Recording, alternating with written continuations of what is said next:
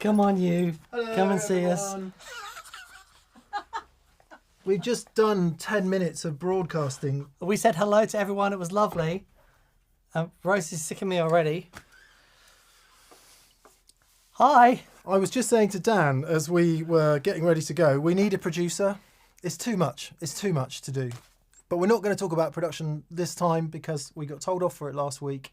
So anyway, thank you for being with us. Indeed. Shall we just do all that again then, Dan? Okay. I'm glad I came in. And... Yeah. Could you get me a coffee, please? Yes. Thank you. Else, Dan? I'm good, thank you. Okay. I have sparkly water. Yes, Byron Krause's big dog. Hello, Byron Krause's big dog. Actually, let's do the proper greeting. Okay.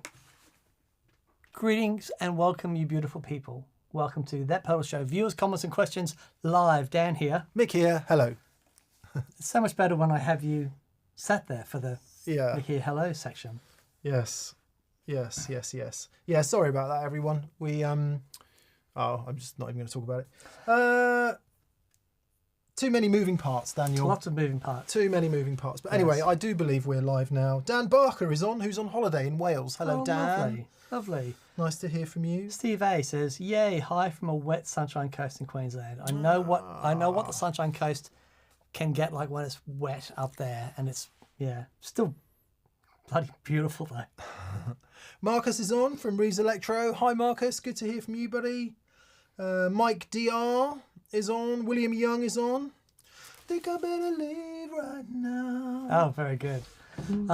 Beaver's checking that the podcast is set to record, and it is. I can see all the little lines going. I can see it objecting to the random frequencies coming out from my voice. So there we go. Yeah, I'm just going to do a bit of murdering. Bit of murdering. Nice. Casual murder. John O'Neill says, "Greetings from Sweet Home Chicago." BBD. Todd Roy. He played that on an SG, didn't he? Oh, Or at did least he? He does in the video. That was Matt Guitar Murphy. Matt Guitar Murphy. You'll never get Mr. Fabulous away from those high-paying gigs.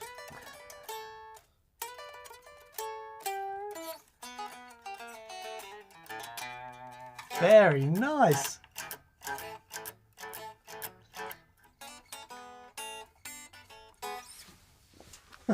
Very, very nice. We've just turned the super chats on as well, so just for anyone that wants to get a question in, so thank you to everyone that's, well, they come flying in. Yeah, we had them turned off because we didn't know that we'd be able to broadcast. So, Dan Barker, Todd Roy, James Blessed. Hello, James. Kim Halfmoon, good morning, gents from California. Chris Williams Lilly is on. Alexander Roy, Classic Racer UK. I'd love to know what you race. Where's Chilton's on? Jamie Brown. Yeah. Very good. Sing Surf Strum. What a way to live. Yeah. Hawaiian Music Essential, I would have thought. Ian Bogle is on from Dublin. Hello. Fingers crossed for the internet this evening. He says, yeah, the internet's fine. It's just the idiots trying to drive it that are the problem this evening. Sorry, idiot, singular. Graham Campbell is on. Popper is on. Popper Teege. Jack Reacher. Jack Reacher's on. Yeah. Oh, boy, oh boy. Wow. There's Brian Barrett. So, Tom Cruise did a couple of Jack Reacher movies, but there's a series gone out which is closer to the book. With and the it big is guy. with the big guy, Yeah, it's and it good. is some of the most brutal television. Binged it. Binged it, Yeah. It's very, it's great. Greetings from Las Vegas, says Jeff Ball. Ah, what goes on in Vegas Stays happens in there. Vegas. Hello from Minnesota, says Brent Grow. And greetings from Greater Manchester, says Nick Brokenshire. Lovely. Thanks, Nick.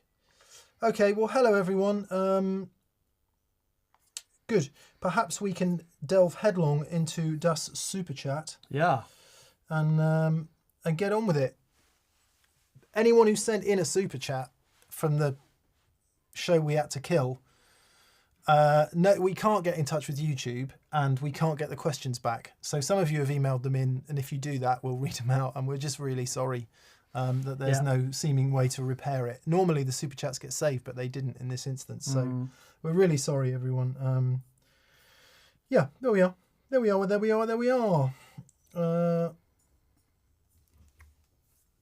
comes Rosie. Hello, baby girl. Come on up. Thank you, Bebbers. Oh my goodness, is that Pedal Show ceramic dipped mug? There, God, look at that. What a fantastic They're very nice. beverage delivery device. Yeah, Imagine they're if you very could nice. buy that Very from nice. that Pedal Show store. I was out in the sun the other day and sun was beating down, and I thought, wouldn't it be great if I had something to keep the sun out of my eyes? Yeah. And I found one of these. Yeah, amazing. Where Yeah. did you find it? Yeah, at thatpedalshowstore.com. That's And amazing. while I was there, I grabbed one of these T-shirts as well because I noticed the sun was also hitting my torso. Right. And I thought if I had something that would cover my arms and torso at the same time. Man, there's something there for everyone, really. Yeah. Genuinely.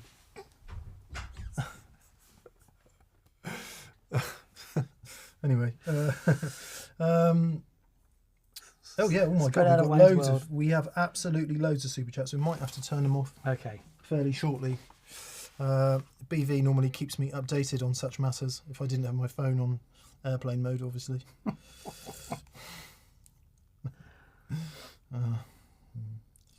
John O'Neill says, happy belated birthday, Mick. It's not belated. No, It's this Friday. this coming Friday. This coming Friday.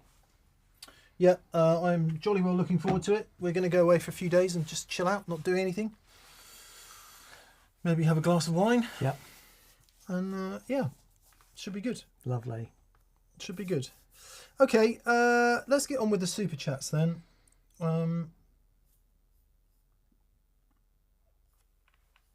Yeah. Actually, I think I'm just going to turn them off because I can't actually count how many there are. But Okay. there looks like there's too many. So Okay. super chats are now off. Thank you for everyone who got in there quickly. Yeah. Yes. Beautiful. Cool. So first in would be. Oh, hang on.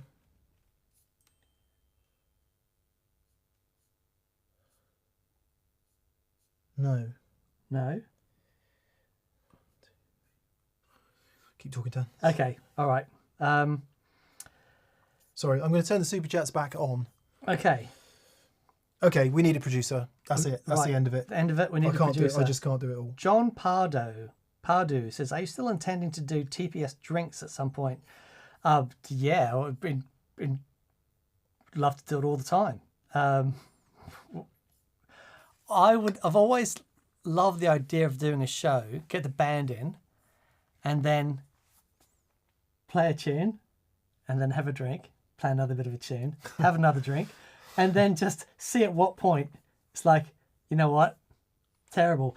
I heard a really interesting interview, and it was either with Buddy Guy or BB King, saying that they never drink on stage. He said because he recorded himself even after one beer, and Wow. just like no, just didn't like it at all. Huh. And yeah, it's very, very interesting. So I thought we could replicate that experiment. I can see the comment section now. Me lying on the floor after 3 going, and Mick's like just kicking. It would be a good show. We'd have to put some sort of age warning on it and appease everyone else who'd moan about it, but I think we should do it. Yeah. That's the reason for doing That's it. the reason for doing it. Right, okay, first in tonight would be Steve Mass. Hello, Steve, sorry. He says, this might be a controversial take. The difference between great musicianship and great music is emotion. Thoughts? I think the connection of the emotion through the music, or at least the connection of the intent, might be. I think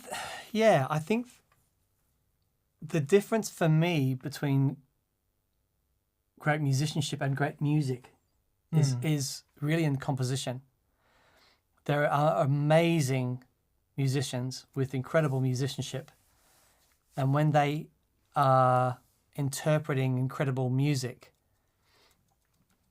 it's elevated. But not all people who have great musicianship are great Musicians. composers. So that's the big difference for me. Yeah. Because Yeah, I know loads of classical players who've never written anything in their life, but But their interpretation of the music is so powerful. yeah, they can convey it. Yeah, completely. So the emotion is there, but yeah, when you hear someone being emotive over something, you can be emotive and you can play a note and it really means something to you. But when it's part of a composition, that means also there's a weight to it, and that's where I live on that debate. Yeah, because it's sort of a step on from the. I can remember back from my Guitar Magazine days, and I think the debate is still raging that anyone who plays too fast has no emotion, and there's no feel, which is just crap. It's just rubbish. And what it was a sort of a rephrasing of the question: do I understand it and do I like it?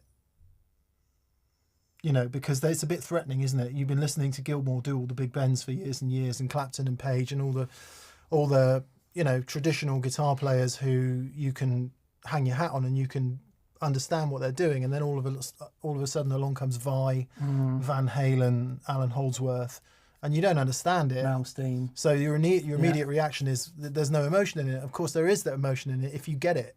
Yeah, totally. And if they are conveying it, but I don't know, it's an old chestnut, isn't it? That's just more.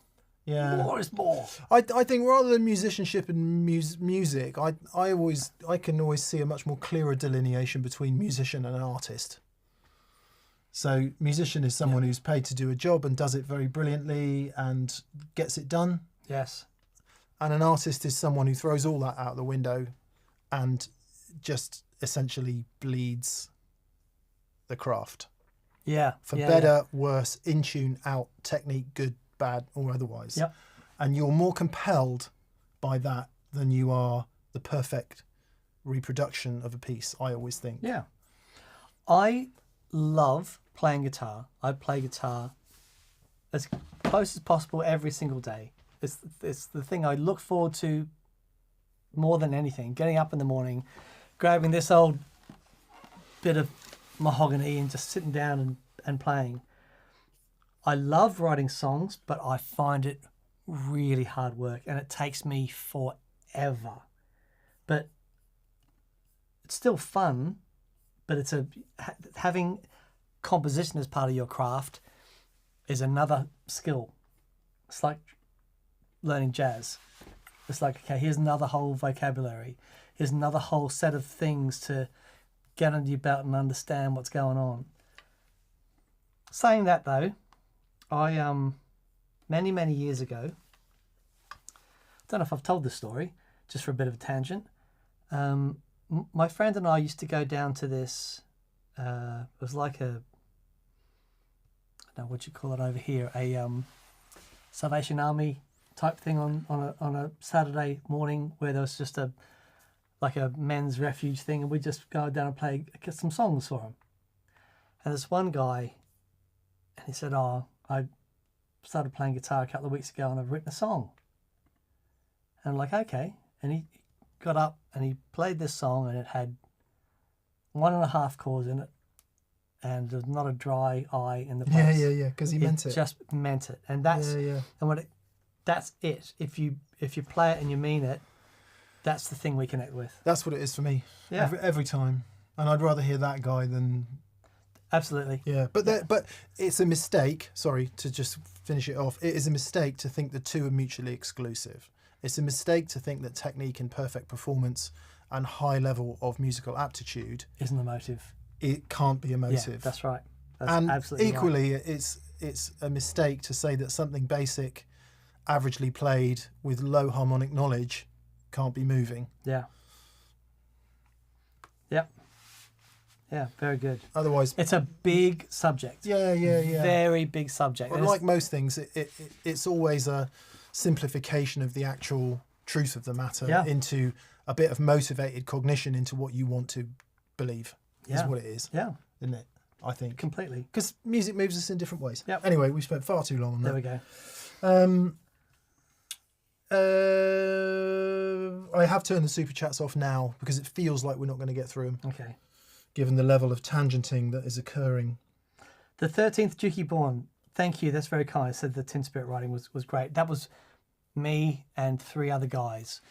And it took us ages to write those songs because they're long and complicated and stuff. But I've never had more fun just being in a room with other guys who are on the same mission and would take weeks to get a song out. But man alive, it's so much fun. It's a magic thing, isn't it, when it happens? Yeah. When it plops out the back there. I loved being in a band. That was really, really great fun. Sub Rosa. Hi, Sub Rosa. Any thoughts on doing a show on big hollow body guitars like 175s and the such and the like, in the context of not jazz? Yeah. Would love a deep dive beyond the norm. I have always been interested in what's that American rocker? Ted Nugent. Ted Nugent. I've always been very interested in how he played so loud with that big hollow body thing, and his guitar sound awesome. That's very interesting, but it must have just been so alive in his hands. One thing I've noted, slightly different, but I have 2 semi-hollow guitars, a newish 2017 ES335 and a 1965 ES345. Constructionally, they're almost the same. The 445's got a bit more air in it because it's got extra cavities for a bit of extra wiring and stuff. They feed back almost an octave apart. No way. Which, you might say is completely down to the pickups, which it might be. I don't know. Right. So interesting. The resonant qualities of each individual guitar, certainly when we get to talking about hollow bodies, will relate directly to what happens in terms of volume and feedback and stuff. Yeah. Yeah, okay, Someone let's else do it. saying George Thorogood. Yeah. Brian Setzer. Yeah. Yeah. How Setzer does it is beyond me. Oh, man. And he plays with fire. Yeah. There's a really wonderful Australian band called The Living End. Chris Cheney. Yeah. I interviewed him once. He was using like Wizard 200 watt amps with his Gretsch. Yeah. Yeah. It's just wonderful. Just wonderful. Yes, that's a really great idea, Sub Rosa, and we'll try and put our hands on some hollow bodies. I keep trying to get down to get a 175, but we don't quite get there. Stephen Parker said Steve Howe. So there's a wonderful video, Yes Songs, where Steve Howe's using an old Switchmaster and a couple of Fender Twins that are cranked, and all of that distortion is coming from the amps. Yeah. Just glorious. Actually, I was in London at one of the guitar shops in Denmark Street, and they had an old Switchmaster there. Looked very, very good. Yeah. It wasn't so long ago you could get that stuff for relatively sensible money, but now it's all expensive. Well, it's always been expensive, but now it's all really expensive. Non-aligned. Hello, non-aligned. What was the worst piece of musical advice you got from an elder or so-called pundit? Elder or pundit?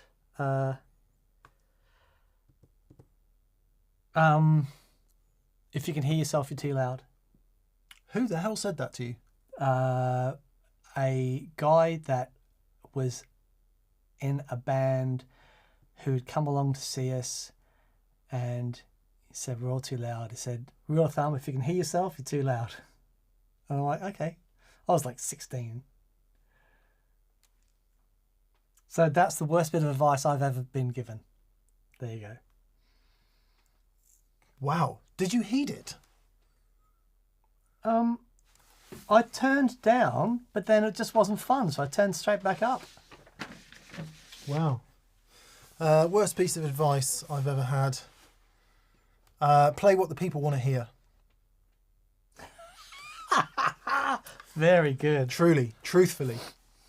Because it sent me down a life of covers gigs and hating music. Yeah, okay. And the real thing you should do is play what's in your heart and screw what the people want to hear. And it'll be painful for a minute, but your people will find you in the end. Or they won't. Or they won't, but at least they'll hear you. At least you'll be doing what's true to yourself. There you go. That's you go. very good. Yeah. Very good. Yeah. And that's great advice. Joe Halliday. Hello, Joe. Good day, mate. It was nice to see you at the guitar show. Yes, he says, hey, Joe. guys. Great to see you there the other day. Please stop trying to reconcile the super chats from the other day. We super chat to support the show, not to get heard. Now, have the stage. Let me just say. Thanks, Joe. Actually, there was somebody did email in their question, so we will go for that. This is from Chris Costabile. Hi, Chris. Hi, Chris. He says, Dan, can you discuss series and parallel Yes. in the context of stereo mono? For instance, do stereo parallel effects behave the same way as mono? Also, more complex question, since the effects can be reordered in G3, what happens when putting stereo and mono loops in parallel? And what happens when putting a stereo loop in series before a mono loop? Okay. Before you get there, Yeah. let's talk about parallel. Okay. So Parallel. Dan is quite interested in this. Let's say, Dan, because this is what Dan does on his board. Normally, if you've got audio effects right, and I promise you, Chris, this is relevant. I'm just trying to focus Dan for a sec. You've got all your pedals one after the other, right? So they're in series, exactly as you allude. But you can, with different routing arrangements, have them in parallel. So it means this delay isn't hitting that delay. They are two separate delays. Mm-hmm. Dan. Yeah.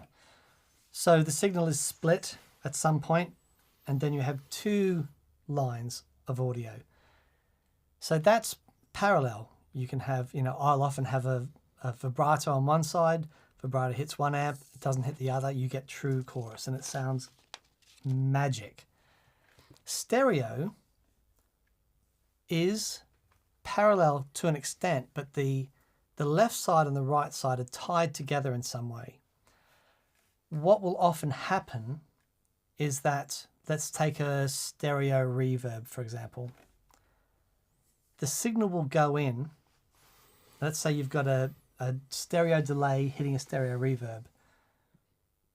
Stereo delay goes in, it's ping-ponging, and then with the reverb turned down, the mix all the way down, you'll still get exactly the same ping-ponging left and right out of the stereo reverb.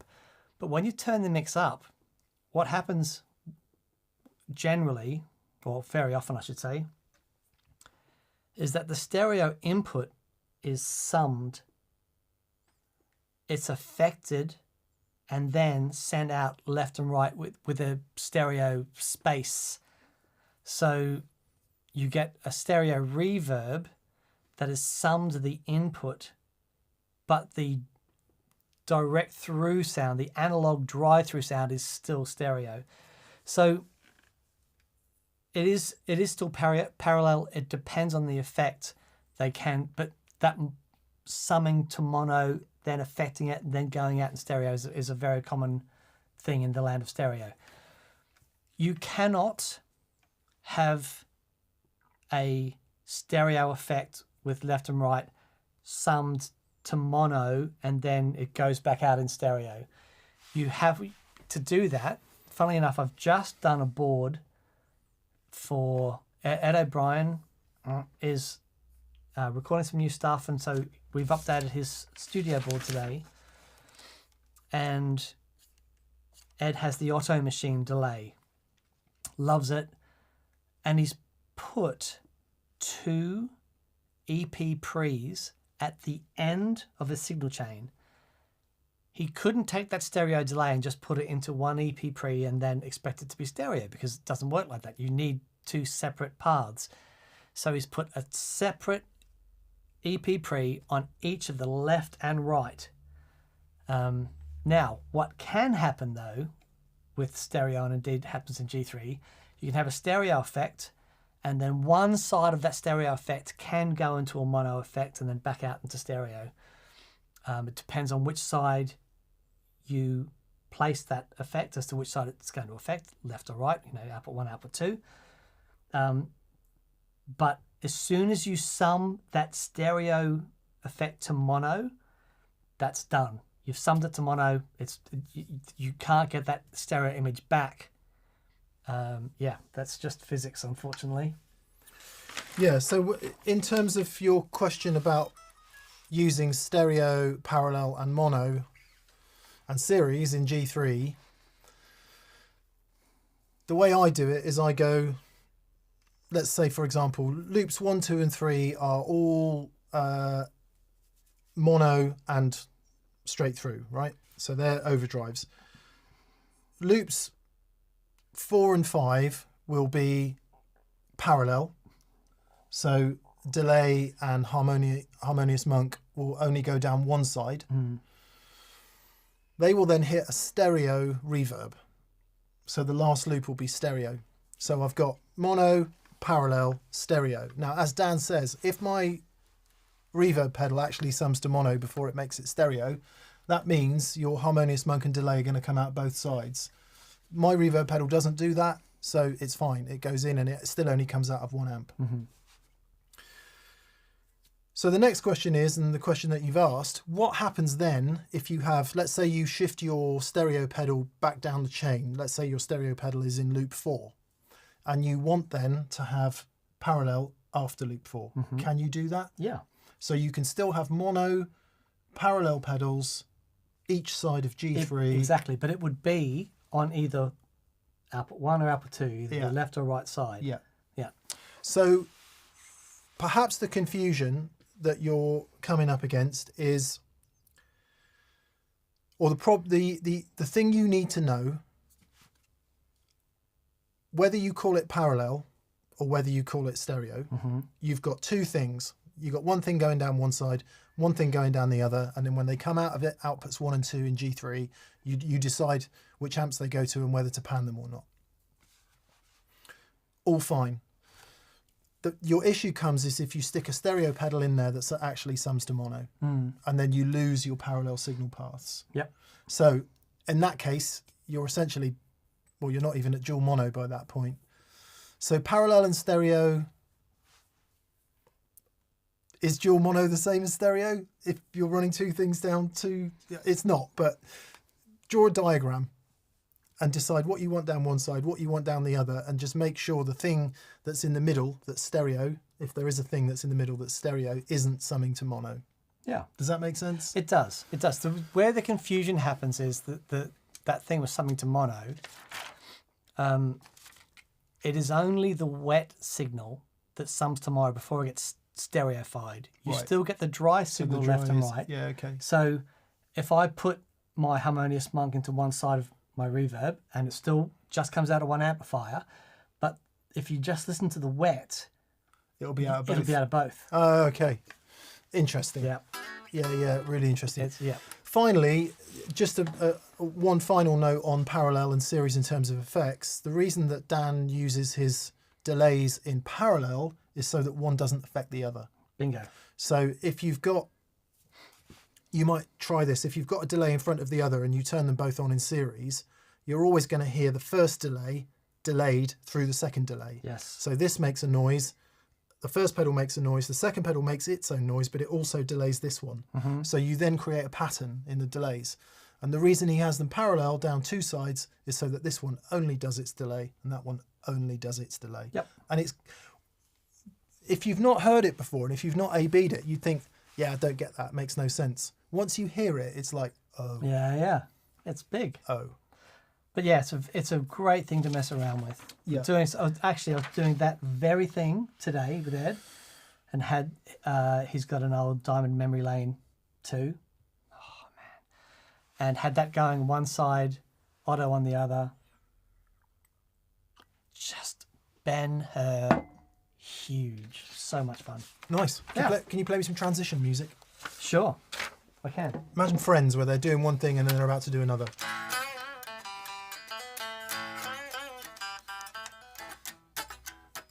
No, transition would only be like 2 seconds. Oh, If okay. that, yeah. Oh, that, okay. Like in Batman. Okay.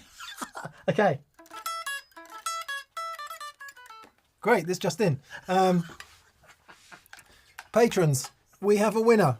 Russell from North Wales. Congratulations. Somewhere near Llandudno. On winning your QMX4 and your Harmonious Monk V1 that was this month's patron giveaway. Beautiful.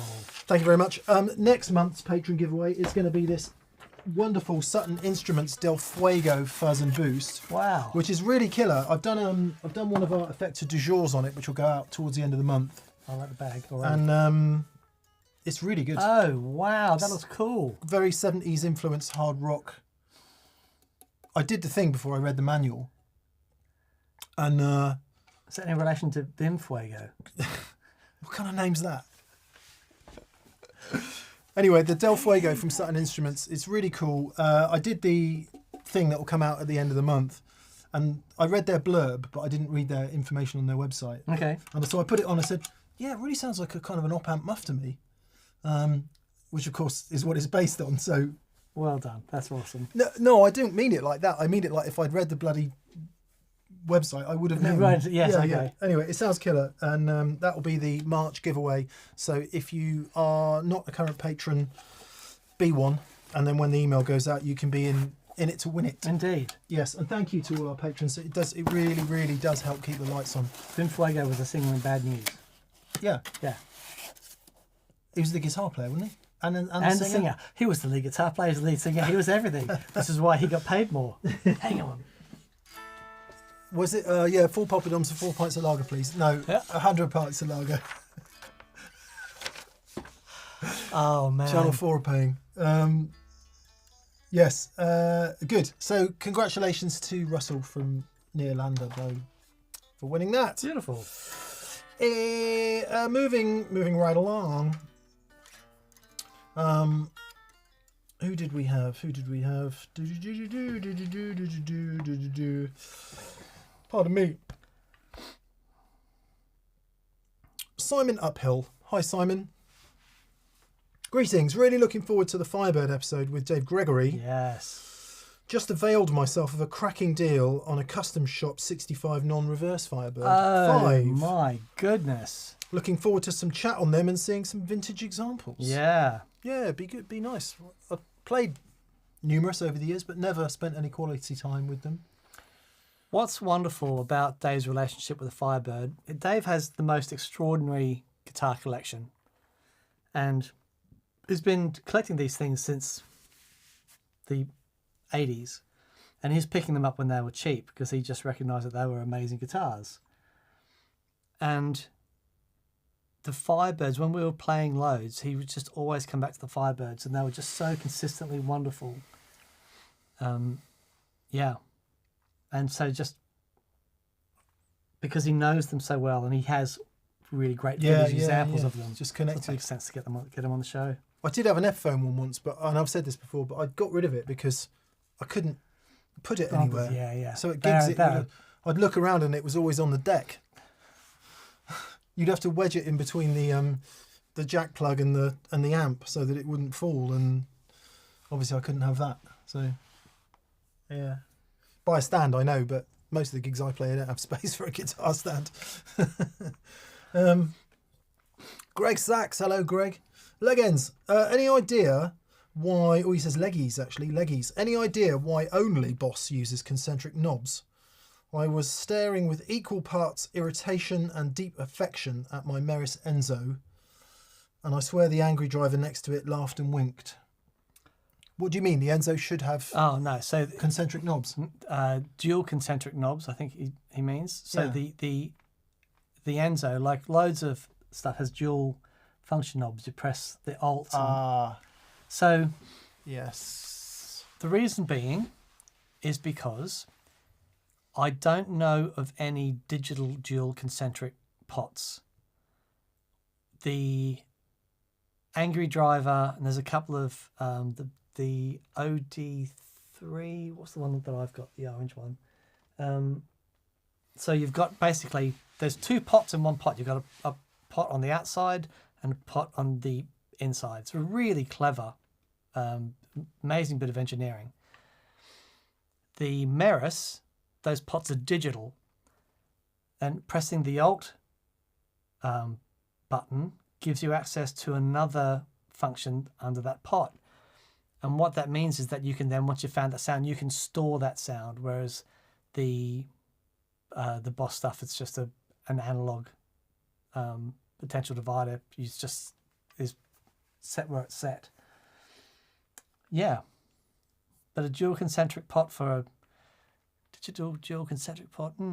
Anyway, yeah, that's why. Because sorry if you said this. I was sorry, just having a look through the comments. Because a pot in a digital pedal isn't a pot; it's an encoder, right? Yeah, exactly that. Yeah, exactly that. Yeah. Well, I've just gone off him even more. More rosy verbs, please, says Matt Parker. Oh man, that was genius. That was absolutely genius. I'm so glad you did it because we've been talking about that for a long time, the murder barn and that stuff. And that you went down there and did that was just awesome. Well, it turned out slightly more useful than I thought because, obviously, for those of you who don't know, on Friday we did a show on some newer mega reverbs, and one of them was the the verbs by Poly Effects, into which you can load your own IRs. Actually, it dawned on me after, surely you can load your own IRs into lots of other reverb pedals as well. Can you? I don't know. I've never heard of it before, to be fair. And I went and made some. And, as a sort of an experiment, a bit of a laugh. Didn't think they'd actually work, but they worked. And I used them at the gig that we did at the guitar show. I used my own algorithms at the guitar show. And you sounded epic. Well, we both sounded loud and like we hadn't done a gig for a while, which is why it sounded epic, I think. But yeah, and I actually used them, and I thought, do you know what? I might actually put some time into this and make some more. Yeah. The only issue I've got, maybe Loki, I should get in touch, but into an amp that's really cooking, I can't get the effect level low enough. Low enough. Oh, interesting. Yeah, and that may be because it suits being in a loop better. And I know that if you use MIDI, those encoders on the front panel, instead of like 10 things, there's like 128 steps or something. Okay. Or 78 steps or something like that. More than 10 anyway. So you Was there only 10 steps on the front? There's not a lot. Maybe it's 20. I can't remember. Okay. But if you think like a pot is infinitely variable to 0, I can't get the difference between 1 and 0 low enough for some of the algorithms. Yes, indeed.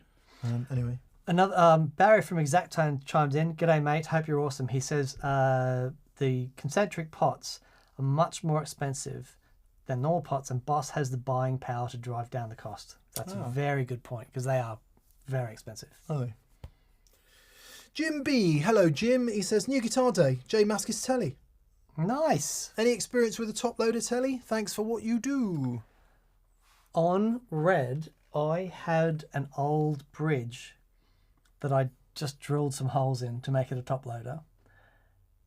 But the string, where the string is wrapped around the ball end, that wrapping bit would come over the bridge, and I just ripped my palm to shreds.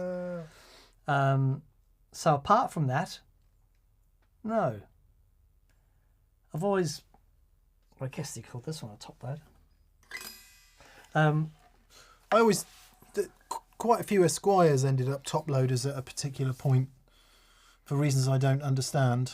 Yeah, that's right. And I always think they're just a bit raspier. Right. Bit twangier. Okay. And that could be not that at all. It could just be that was those guitars. Whereas the through body, I think, tends to have more fundamental and more meat, where the top loader tends to be a bit raspy, a bit more harmonic, if I could be so definite about it. And that seems to play out for the ones that I have played. Okay. Yeah. It's not a telly for me unless the strings go in the back in a really awkward manner. I would just say that a lot of these differences that we talk about are reasonably audible at 104 decibels. Not so much at 70 dB. 61 dB. When you're having a cup of tea with Nan. Yeah. And you can fill in the gaps there.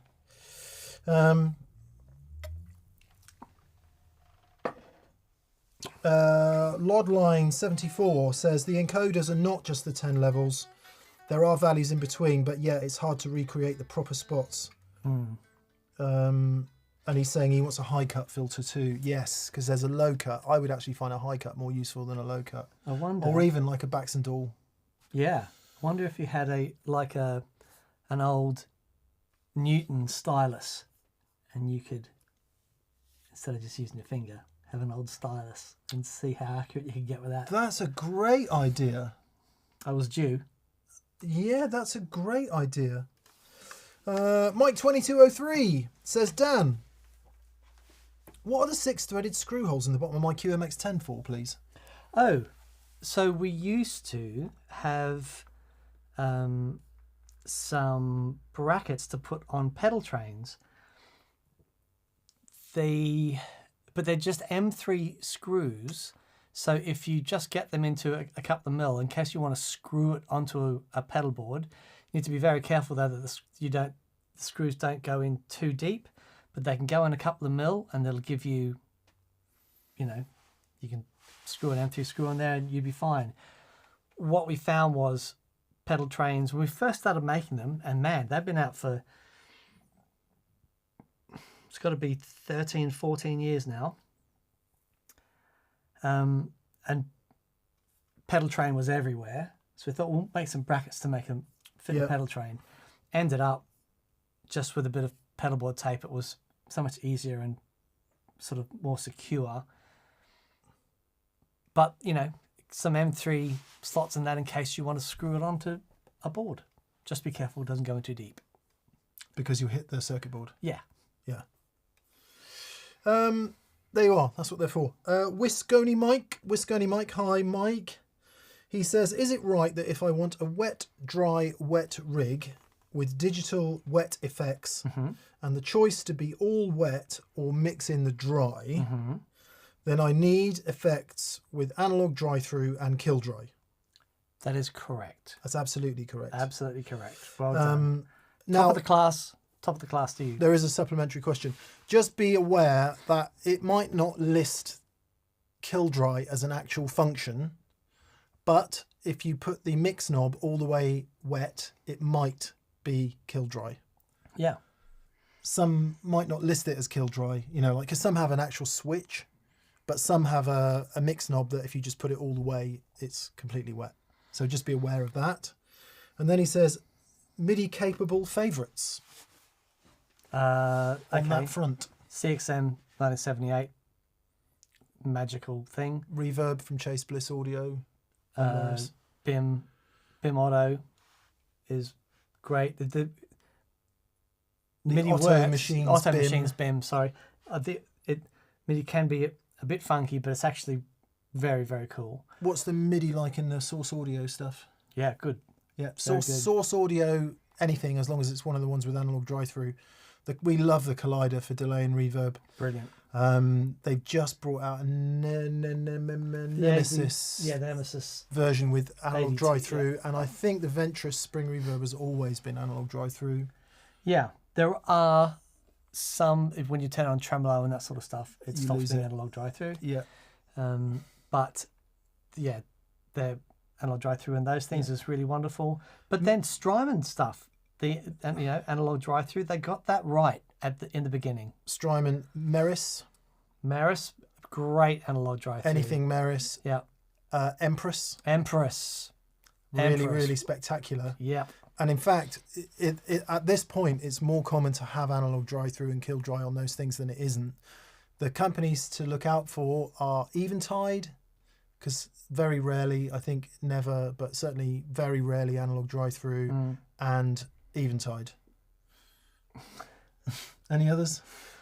Who stick resolutely. It's worth reading, actually. Stick resolutely to no analog dry-through for some fairly decently arguable reasons when it comes to things like pitch shifting and other effects. Now it's funny though, we did a effect du jour, Daniel du jour here, and I had the the Electro-Harmonix Pitchfork and the Digitech Whammy. Oh, that was today. That was today. Won't be going out for Won't be a going little out while, yet. But when I did a thing, I was like, what does it sound like if I go octave down into octave up? The digital latency was mad. Yeah, it was mad. Yeah. So anyway, just to run over that again, Wisconey Mike, you're right. Everything you say is right. Empress, Strymon, Chase Bliss, Meris. Meris, Yep. Source Audio. Boss. Boss. Why not Boss? Yeah. The 200 series Boss pedals. How good did that reverb sound? Yeah. The RV200. It's like you forget that there are some passionate guys there and, passionate people who really, really care. Yeah. Yeah. Yeah. Really good. Dan has a recurring annoyance with small jack MIDI, whereas proper big 5-pin, is it 5 pins? 5-pin DIN. 5-pin DIN MIDI is easier to deal with, more robust, etc., etc., etc. Yeah. That's up to you, but that might be another thing to take into consideration. Yes. John Peterson. Hi, John. John says, hello from Seattle. I love you guys. We love you, John. Bless you. Thank you, John. I run a wet-dry rig using a radial one-shot. I've recently got an RC5 loop station and I don't know how to get it in the signal chain for both amps. Help. Before the split. Yeah, there you It go. has to go before the split. Which might cause you other problems because then the further up the chain you put your looper, for example, you might want to set up a loop and then do things to affect the sound of the things you play over the loop. Yeah. So if your looper's at the end, you set up your loop, great. Now you want to play something over the top with distortion. Boom. Distortion goes into the loop. It doesn't make what you've already recorded distort. Yeah. If you do that the other way round and you put your looper at the beginning of the chain, do your loop's playing away there really nicely, hitting your amp. You stick a distortion pedal on after it, now your loop's distorted. Yep. So for that reason, loopers tend to be down the end so you can make it do what you want and not what you don't want to do. And if you put it after your split, I can see that's where you're going to run into problems. Yep. So one suggestion might be, because I believe it's a stereo looper. If it is a stereo looper, what you can do is use a split and then do your wet dry and then go stereo in to the looper, stereo out, isolate one side, then you've got the looper right at the end, but you've still got your wet dry image, but you've stereo looping. So that will work. It's got in and out A and B, so that would Yeah. suggest that it's stereo. Yeah. Yeah. Nice. And that will work. Again, I say this a lot, but quite often just a piece of paper, draw a diagram, and things become really clear really quickly. Yeah. We do actually get it all the time where at work people ask, how do I do this and this? And I say, and they'll write it out in a paragraph. I say, can you just draw it out, the sing part for me, and we'll go through it. They draw it out and go, I've just worked it out. Yeah, yeah. Because as soon as you can see it, Yeah. it's like, it's obvious. There it is. Yeah. Derry, hello Derry. Derry says, hey guys, what situations make you pick the 2-Rock TS1 instead of the classic reverb? I'm finding it hard to choose between them. Don't choose, use both. That's the best. Mick used both at the, we did a TPS band gig at the Birmingham Guitar Show last weekend, and it just... But they're insane money. They're insane money. But what a sound. What a sound. It's my favourite. It's my favourite sound I've ever had. Yeah. Without being whatever about it. Yeah. Okay, so how do I choose? So the CRS is, I've said this many times and I'll say it again, it's hands down my favourite amp of all time ever. It's just,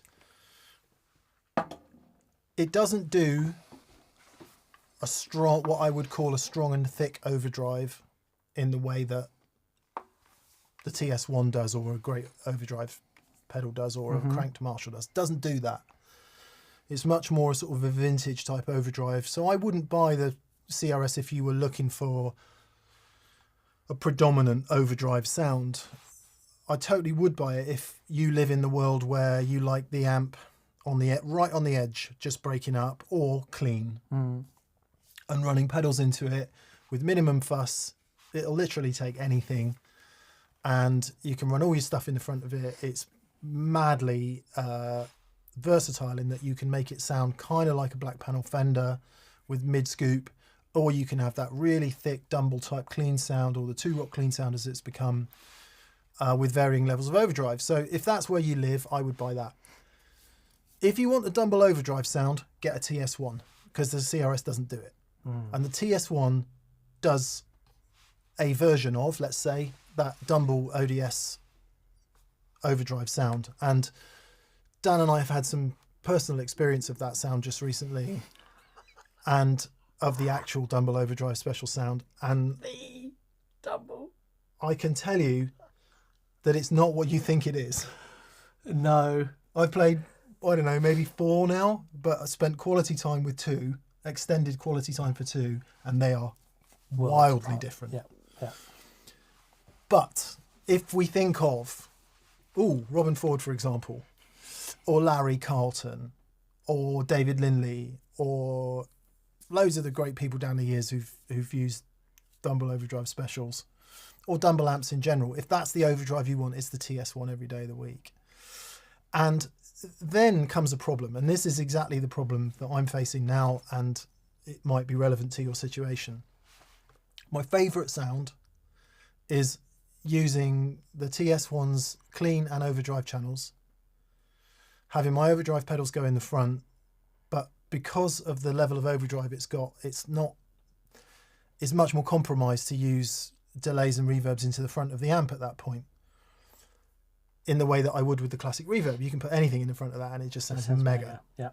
But with the TS1, you kind of need your delays and reverbs in the loop. And as a passionate hater of effects loops, not necessarily because of the way they sound, because you can get over that once you understand the loop, but of the flipping hassle that it causes, because you need twice as many cables, and it's just a pain. There's twice as many paths to Earth. Yeah, so you get then everything needs to be yeah. isolated, and it's just a massive pain.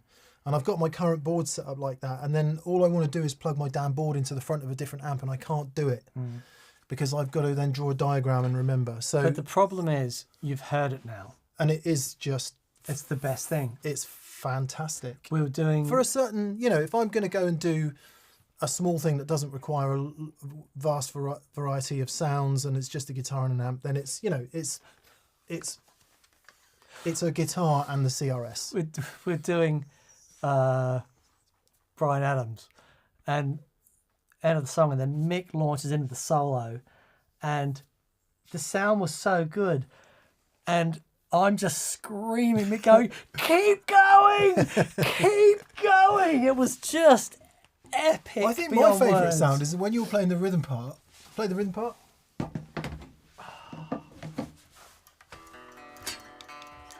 And just before the singing comes in, it goes...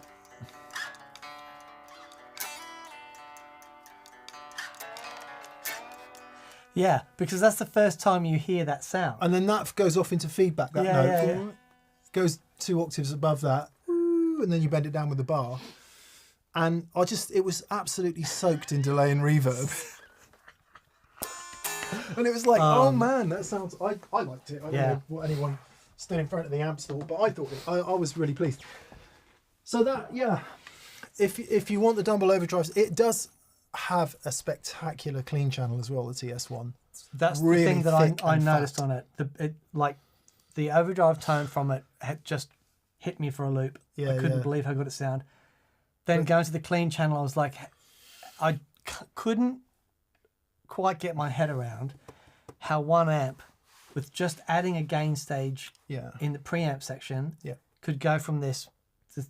It's just so good. And it's... I don't know, I don't want to say it's pretty much always smooth, because that's not true. Like, a lot of people think the Dumble Overdrive Special sound is this really compressed, mid-rich, thick sound with no dynamic, which is what a lot of the Dumble Overdrive type pedals sound like. And the amps just don't sound like that. They sound much more raggedy, much more aggressive, much more scary, actually. So quick. Unbelievable dynamic off the pick. And what that then means is the reaction to the guitar is massive. So the difference between a Strat and a Les Paul into one of those amps is worlds apart. The CRS is capable of much more, shall I say, brittle and traditional highs that can go off super crunchy, and if you're not careful, a little bit unpleasant. And the TS1 doesn't do that so much. Yeah. So I don't envy your decision. I went, if I could only have one, it would be the CRS. Yeah. But have been lucky enough to have a TS1 as well. I can't imagine not having that amp now. No, absolutely. And some days I use the CRS as the main thing with all the pedals in the front, and some days I use the TS1 with the loop if I can be bothered. And that's the problem. It's such a glorious sound, but the extra cables and all that send me mad. Yes. There's a bit of wittery involved. Chris Smith says, I ordered a TS1 and I'm selling my Bloomfield drive based on what I've heard on TPS. Albus Band says, hello, legends. Busy ass Monday, so I'm late. Love you. Love you too. Hey, Aaron. Yeah. Yeah, and of course the final thing just to say, sorry to witter on about it, but I have been through the mill, as it were. Not that it's much of a mill. The CRS has reverb. Such a beautiful reverb. John O'Neill says CRS ? Custom reverb signature. The 2-rock custom reverb signature. Classic reverb signature. Even classic reverb signature. Yeah. Confusingly enough, there was a custom reverb signature, but it's the classic reverb signature. Yeah. It's hard to get to somewhere to play them, but you'll probably plug in and like one more than the other straight away. I tell you what I do like is the classic, is the Studio Classic or whatever it's called, the small one, the 2040. Oh. Yeah, I played a couple of those and really like those too. Oh man. Yeah. Oh man. It is a beautiful thing though. So just rehearsing for the gig last weekend with the amps, and so Mick and I had our rigs set up, and it was like, I'll never forget how much fun it is, but reminding of what a joy just being in some sound pressure level with proper tone. And what the beautiful thing was, when we played, the guitars were sounding mighty and glorious, and we were loud, and bless him, Les was just like, yeah, come on, boys. The sound guy, Les, you absolute legend. It's really great to see him again. But there was not a harsh moment. Yeah, you know what I mean? And there was a guy in front of me who kept doing this because he was stood right in front of my speaker. So okay, but and he had earplugs in. But I would expect that if you stood right in front of the speaker. Right. Yeah. But no, it was just it's just glorious. One of the speakers, actually, both of the speakers. Yes, there you go. If you're a pedal user, you get most of your distortion from pedals and you don't want all the hassle, CRS every day of the week. Yeah. If you want to use the overdrive channel in the amp and you're happy to have things in the loop, TS1. TS1. Yeah, one of the best overdrive sounds I've ever heard. Marcus Reeves. Oh, g'day, mate. He says, 1 minute microwave eggs are yesterday's news. Okay. They are old. They're out the window. 7 minutes at 180 degrees in the air fryer. The air fryers are big news. They were on the news today. I'm on it. I love ours. I love it. It's just, I was skeptical. Yeah. And it really makes things. I wonder if you could do a convolution thing of the air fryer. Of the air fryer. That'd be great. Yeah, there's nanotechnology required there, because to a very small thing, it would be a big space, wouldn't it? Inside the air fryer. Like if you're an ant. Yes. And you were like, hey! It would go like... Oh, that's good. That's very good. Yeah. Ah, boy. We do have a sort of ratio-based bias, don't we, about how big and small things are. Yeah. Anyway, I'm going to totally try it, Marcus.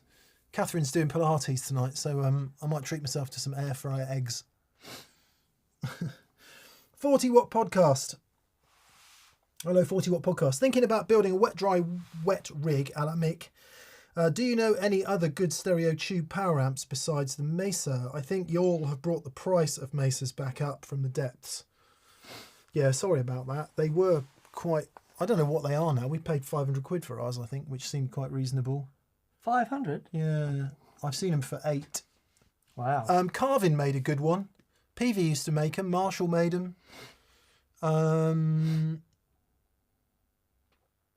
Yeah, I don't know besides that. I mean, I guess if you put in guitar stereo power amp into reverb or electronic bay, God forbid, then they'll come back. Nobody likes spending loads of money on gear, right? But the good news about good stuff that's well looked after and is always wanted is you never end up losing much on it. So it might be a bit stingy to buy it in the first place, but you can probably get most or all of it back if you decide that's not the way to go. So we're talking about amps or air fryers now? All sorts of things. I can't see air fryers maintaining much value. No. Someone has just typed this in here, and I've just double checked. TM Stevens is no longer with us. Oh no! Saw him at many a NAMM show among other things. Yeah, and I remember he did Sex and Religion with Devon and Steve I. He was great. Oh well. Actually, Mike Lewis Fender died this week as well, which is very sad. I met Mike. Boy. Mike a few times. He's a super inspirational guy, Mike. I met him at a time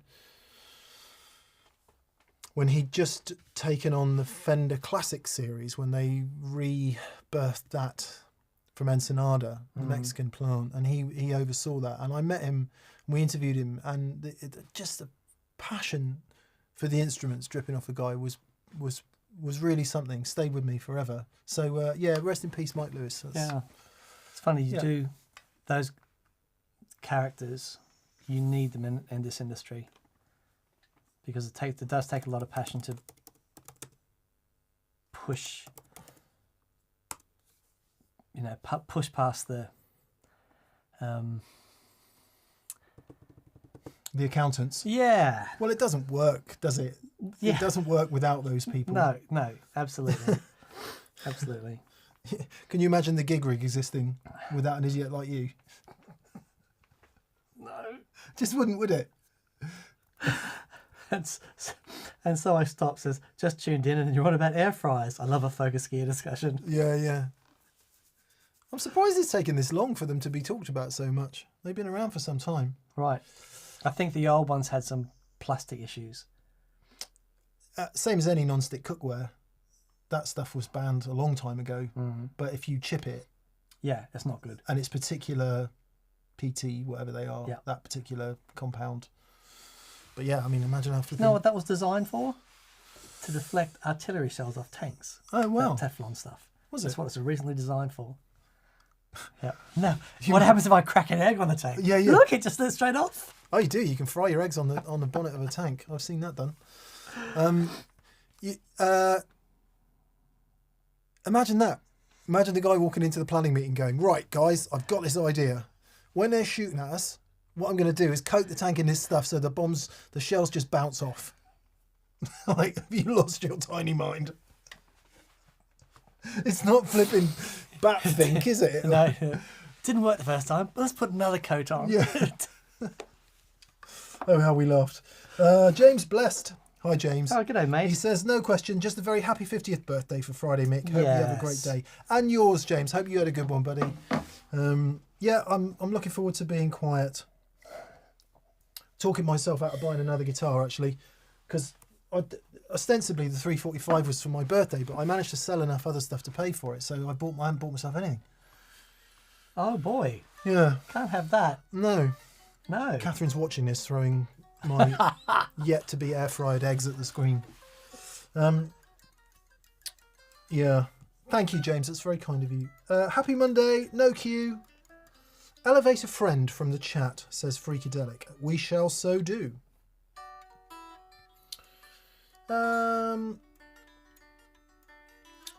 Then let us get the question. Eagle Ray Rob says the TS1's output is opposite polarity with the CRS. I think this may be typical of amps with reverb and amps without reverb. Yeah, I don't know if you've noticed as well, Rob, the FET flips the polarity as well, or it does in mine anyway. Come on then, let's find a question. There's some air fryer questions. No. Here we go. Oh no, that's not a one. Someone saying loopers with drum machines. Come on. Oh, who makes a good stereo power amp? We had that earlier. We had that? Okay. Boy, we're going back. Oh, God. Right. Jack here. Fufak 007. He says, I have 3 stereo effects plugged into the send and return using the 4-cable method. Yes. The other normal effects are in the input of the 2 amps are split by a Morley ABY. Question, how do I do that in GigRig G3? So all you do is you're coming out of the send. Okay. You overdrive pedals in the first bunch of loops. Then you choose one loop to put the preamp in. All right, so the send goes to the input, affects send from the amplifier to the return of that loop. That loop needs to be active on all presets because that is your exactly preamp. how I do my rig. Then from there, you can have your stereo effects in the following loops. What's proceeding loops? Is that right? Proceeding. Precede, is it anteceding? No. Following The following loops, and then outs 1 and 2. One output will go back to the effects return on the preamp. The second output, which is isolated, is going to go to an effects return on a power amp or another effects return input. So you've got one preamp driving your stereo effects into 2 power amps. If you check out the manual, it's all beautifully diagrammed and with arrows and stuff. But that's the way to do it. Now, you do need to be careful of earth loops. One thing with the Morley, if there's no isolation in it, it's just an AB box. So you do need to be careful of earth loops, and it all depends on the amp you're using. And some amps are less susceptible to it than others, but you may need an isolation source on the either on the input of the amp or the send of the amp. Yeah, so I put my loop in loop 3 of G3 and I have a humdinger on that loop for that very reason. Yeah. Just to isolate it. Yeah. Yeah. But it works a treat. It does work a treat. You do have to label up all your ins and outs, so I get very confused. But I did manage to set it all up in about 4 minutes before the guitar show, and it worked. I would like to, as a birthday treat for you, when you're genuinely satisfied with a setup, I'd like to do a separate board for you that is that setup. Okay. And I'm going to solder everything up and label everything up, and just so you've got just like there's the cables going there. I'll make it all as tight and neat and compact as is humanly possible. But yeah, I've got it. The smallest I've got it to is an SA450. Right. But I still think, because I've got that compressor on there, the Lab, which I really love the sound of, but I think it could go. Okay. Because there was something else I wanted to add. There's 2 things that are going to come out this year that will need to be added. There you go. There's a teaser. Okay. So, yeah, that's... Okay, thanks, mate. Yeah, I'd love to do that for you. That's kind of you. I just have to work out... it's 2 things I've got to work out. One is using the CRS as the second amp is not the right solution, because you have to go into the front of the amp, because going into the effects loop return of the CRS is just not... It doesn't work. It's not happy. Because it's not... You'd need a... Dumble did a thing called the Dumblator, and Two Rock do one called the Eli one, I think it's called. Right. And you kind of need that to be the buffered part of the effects loop. But one thing we discovered doing a show that's going to come out this Friday, the effects loop return going into the power section on our 50-watt Plexi is glorious. Oh, it's very special. So I kind of want to find a way of using that. But the head is too big, so I am wondering if someone can just build me the power section of that. Yeah. In a box this big, with some better transformers. Yeah. And hand wired. I think that would sound mega. Yeah, I would be. Yeah. So I got me classic reverb rig. Yeah. Check these out for first world problems. I got my classic reverb rig, everything in the front, 2 amps if necessary, doesn't really matter what the second amp is. And I got my TS1 rig with the Marshall power section as the dry return, Beautiful. or maybe even the wet return. But anyway, Yeah, love it. yeah. Anyway, go. Sorry, talking about me again. Alexander Roy. Hello, Alexander. Thoughts on the DSL 5C, which is a Marshall, plus the 65 Deluxe Reverb reissue wet.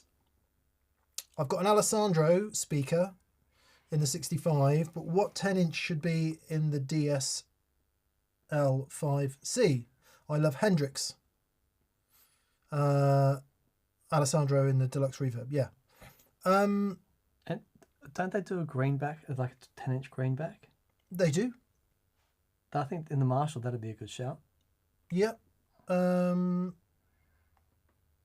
Yeah, I haven't heard any Alessandro speakers, so I can't really comment. There's some really nice 10s. What did we have recently that we really like? The Gold 10 is really nice. Gold 10's Celestian fantastic. Gold. Yeah, that's the one. Which is an Alnico speaker, which is really cool. Matt Schofield uses the Eminence Rage in Cajuns. Yeah. He does the dual thing in his, well, he used to in his Super. Yeah. The two Eminence and 2 other things. Oh, okay. I don't know much about 10-inch speakers, I'm sorry to say. Yeah. We've got a cab with 2 Celestian Alnico Golds in, and that sounds cracking. It does sound magic. It sounds utterly magic on the end of a Princeton. Yeah. So maybe that, but yeah, I'm sorry.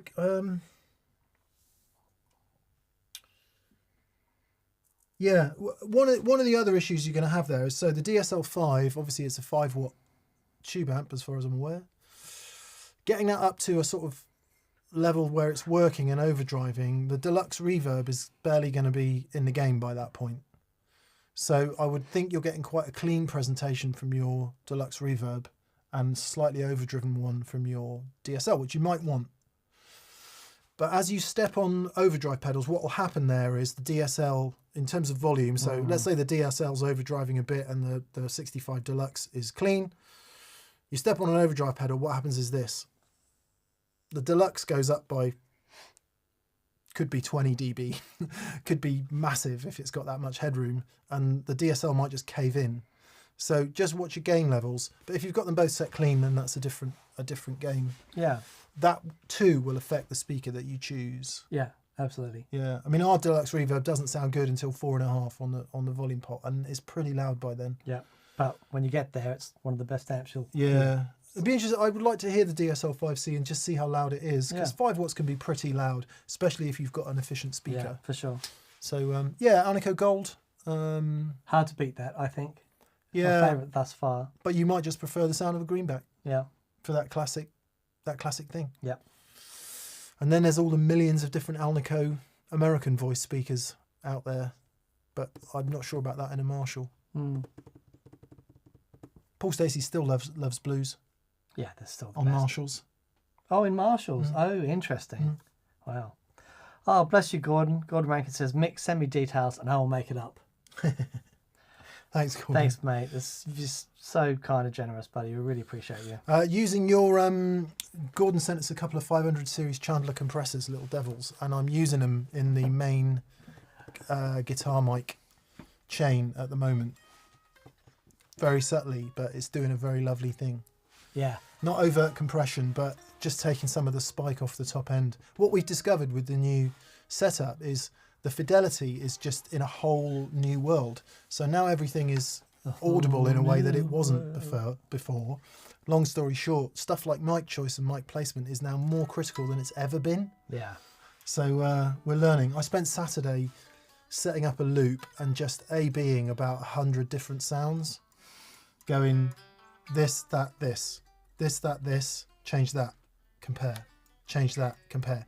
I couldn't even think about making a vlog on it because I'm concentrating so hard on making sure everything's right and what I'm listening to, and it is so boring. It's literally foot-breakingly boring, but you got to do it, otherwise you don't know what you're listening to. Yeah, but it's fascinating. Completely fascinating. Yeah, you're in that world now. because the level of the step change in the quality of the audio, and your ears are right in there. It's so interesting. Yeah, and there's definitely coming a point where we go too far. Yeah, sure. That's not worth it. Yeah. And that you gotta go there to come back, man. Okay, let us move along to Jimbo Diddley. Jimbo Diddley. Greetings from Toronto, says Jimbo Diddley. Greetings from Toronto. I was thinking about options for adjustable treble bleed circuits without having to go under the hood. Any experience with things like the Kingtone Blues switch? No, don't even know what that is. We, as a general rule, I don't think we have a single guitar here that has a treble bleed, unless the humbuckers. My DGT does. DGT, okay. And it's great. And it sounds guitar. great. Into a cranked amp. That for me, that's where the treble bleed starts to make sense. Yeah. Into a cranked amp, because certainly with more vintage style pickups, when you roll that down, it goes dark. And if you don't want to use a buffer to get that back, which seems to work for me, then a treble bleed can make a lot of sense. And it really does work with the DGT into a cranked amp because it stays lovely sparkly. Mm-hmm. But Strats and Tellys, I just can't do it. I can't. No, It becomes too alien. Yep. What I would much rather do is have a Klon type or some other boost in chain, in line, and then it stays bright when you turn the volume down. Yeah. And you don't lose. It's not only does it stay bright, it's also a bit louder. So it's clean and bright and everything you want it to be. So, yeah. But then, let's have a look at Andy Timmons. We always talk about Andy when we talk about treble bleeds. It's absolute corner of his sound. Yep.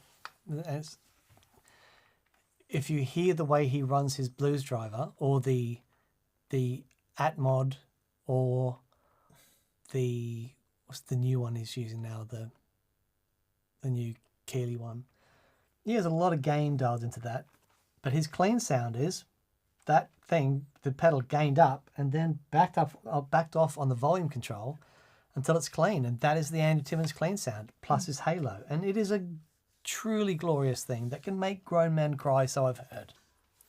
Oh, it looks really interesting. So Jesse's looking at the Kingtone switch, and it's got a bunch of positions on it that give you varying levels of treble bleed and some other things to give you more options when your volume is down.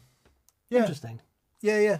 I suppose if you can define something specific you're not getting out of your current options, and whatever you do solves that problem, then it's worth it. I tend to I personally go around it another way. So if it's not clean enough, I step on my fuzz and turn the guitar down. Yeah. But yeah. Yes. Thank you, BV. It's the Keeley Muse. Wisconey Mike again says, my first live stream. Thanks for all the great content. For wet dry or wet dry wet, do you prefer higher headroom in the wet amp or the dry amp, and why? High headroom in the wet amp, because I want the detail and the clarity of all the effects that's going to the wet amp. The dry amp, I want the character of the amp. Depending, there's 100 different ways that you can run a wet dry rig. One of them is to have more limiting compression in the dry amplifier, and in that sense, having the character. I'm not really worried about reverbs and delays into the dry amp, because I just want to hear, what's going on with that amp. But then the headroom amp for the wet stuff, it absolutely needs to have all that clarity and detail. Agreed. Gordon Rankin, who does know about these things, is saying the warehouse Warehouse G10A is the best 10-inch speaker in his opinion. Oh, wow. Much prefers it to the 10-inch gold for the Marshall DSL 5C question. Warehouse G10A, yeah. Miracle Find says, I've got a Celestian Creamback 10 in a Vox AC10. It cut a lot of bloat and mud from the stock speaker and gave the amp a lot of life. Nice. Creamback 10, didn't know they did one yet. We've come to the end of the super chats, by the way, so we're just in the chat. Airfire Ed says, I like creambacks with a Marshall type sound. Yep. Be interesting to see what they based it on, because in terms of the ceramic standard 12-inch creamback, the 65 and the 75 are very different speakers. They do a 65 with a medium magnet and a 75 with a heavy magnet. The efficiency ratings are different, the power handling is different, the frequency feels completely different. They're very different speakers, considering that they are both creambacks. Yeah. You'd think one would be just sort of a slightly beefier version of the other, but they're quite different. Interesting. Yeah. Spleen Boy says, Andy Timmins is becoming the most prominent face in my tone Mount Rushmore. As well he should be. Dobiog says, predictions for the yellow, blue and orange Keeley drives being released tomorrow. Well, we know what the blue one is. I don't know what the other two are, do you? There isn't one of ours, by the way, just to make that clear. I don't know. Go the orange. I'm going to go for distortion. Yeah. So like a DS type distortion. Yeah, but it'll have two things, won't it? So it might be like I don't know, DS and a muff or DS and a rat. So we know what the blue one is, don't we? It's not giving anything away that what the blue one is, given Keeley's significant work in that area. And the yellow one, what's it going to be? Like a Boss OD, is it? Type 1? It could be OD1. a Boss. It could be a Boss OD and an Ibanez. An Ibanez SD9, an OD1 and an SD9. Yeah, it should be good though. Great. The platform that the Noble Screamer is on, It's so clever. and obviously the Andy Timmins drive. Looks cool. There's no option paralysis with it. It's like, which tone stack do I like? Oh, that's good. Which clipping? Oh, that's good. And you can, it's great. It's so clever. Yeah, I'm oh man, I'm all about the flipping tube driver at the moment. Yeah, it does sound rather spectacular. Jacob Backer says, Dan, with the QMX, when running wet dry, can I, when running wet dry, put two different overdrives which run parallel to both amps in one loop? So No. the QMX is mono.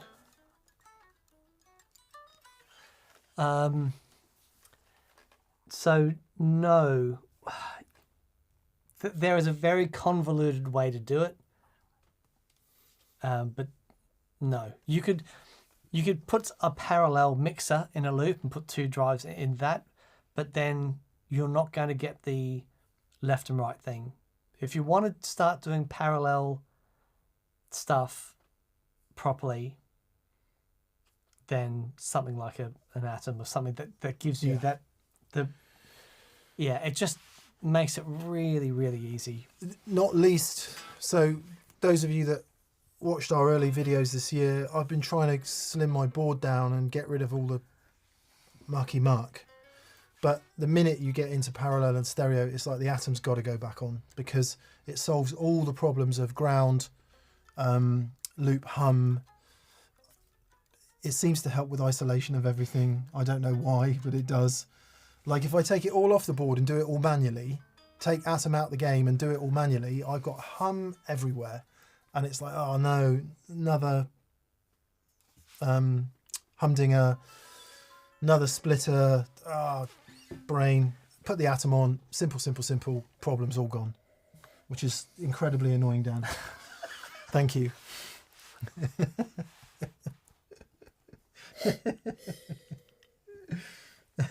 Oh man, it was remember a rehearsal and just hearing that rig, and then obviously at the gig, it's just so that you get that dialed in using the TS1 like that. It was like totally worth it. And when I heard it, I thought, you know what, I think I need to, when you've made that decision on what you want to do, I'm going to get it all done properly, get out all the cables laid properly, get everything as compact as possible, so that it's not. No. You're saying I'm not capable. No. I just want to do it for you so that you can you've got a grab and go thing. Thank you. And then we can do, if you want another smaller, simple thing, then we can do that on the side. And if that means getting another tube driver or whatever, so you got a separate rig for that, but having that set up and ready to go, because it just doesn't get better than that. You just don't hear tones better than that. Oh, I don't know about that, but my dad's been very magnanimous. Your rig sounded flipping killer. It did sound good. It sounded killer. It sounded absolutely killer. Anyway, let's stop patting ourselves on the back. That's nice. Apparently, G and Kiko's home studio says Uncle Larry showed all of the new Keeleys yesterday. Okay. Oh, so we know what they are then. Get rid of Marky Mark, says Chris Klein.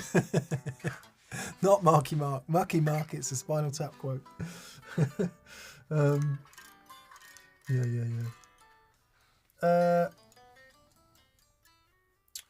Behavioural Sync says, gents, you always go the extra mile and it's appreciated. Well, thank you. And thanks for being here. Would be nothing without you lot, would it? He says, we'd just be sat in a room talking to ourselves. Going steadily crazy. I was wondering if you could recommend a method of training the ear for finer details of adjustable parameters. Okay.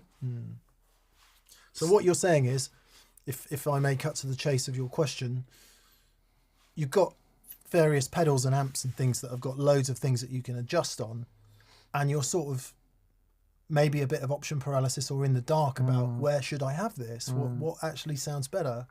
That's a tough question. What I do Put me right if I've misinterpreted that. But I love the question. I love that you're coming at it from help me understand what I'm hearing.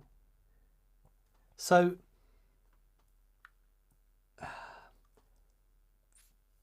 yeah, it's a tricky one. So context is everything. Sound pressure level is everything. You hear differently at different levels, but getting one of the best things that you can do is it's a difficult thing to do, because if you sit down and put on a guitar sound that you really like and try and emulate that with your rig, what the recorder thing is going through, 15 million other bits to get that sound.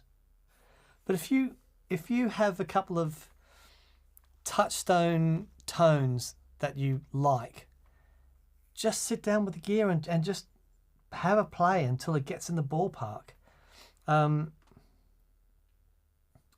And then understanding simple EQ. We've done shows on EQ, understanding how that affects the gain of the amplifier. There's quite a lot. Depends what you want. If you're unclear of the result that you want, then finding your way there is impossible. I quite like Matt Schofield's method, which isn't just Matt Schofield's, but he's certainly the first person I've ever heard say it. Is you run through each of the controls on the amp and you find the point of most change. So if you set all the controls at 12 o'clock, apart from the master volume possibly, because that might be too loud to do this experiment, sweep the controls all the way through their entire range and find a point where it changes the most. And Matt's contention is, he said there's probably 2 points, but find the point where it changes the most. And his contention is, if you set the amp on that point, that's where it said it's most open and it's happiest, alive, as it were. It's not doing something it doesn't want to do. It's not blah, blah, blah. I don't know if there's any science in that, but that's how he does it. Because what he's looking for is the minimum amp in the way. Yes. He just wants louder, harmonically rich, and sustain. I played an amp recently that has had sustain on a clean sound that I have literally never heard before. Every note, harmonics that I've never heard. Sustain that sounds like you've got a compressor on. Wow. All will be revealed in a couple of weeks. And then as far as pedals go, I mean, God, where do you even start with the modern multi-effects? It's one of the reasons I don't use them, because I just lose days figuring out if I like this or that. Yeah. Whereas if it's like on, off and 3 knobs, it's like, well, okay, I'll go that way.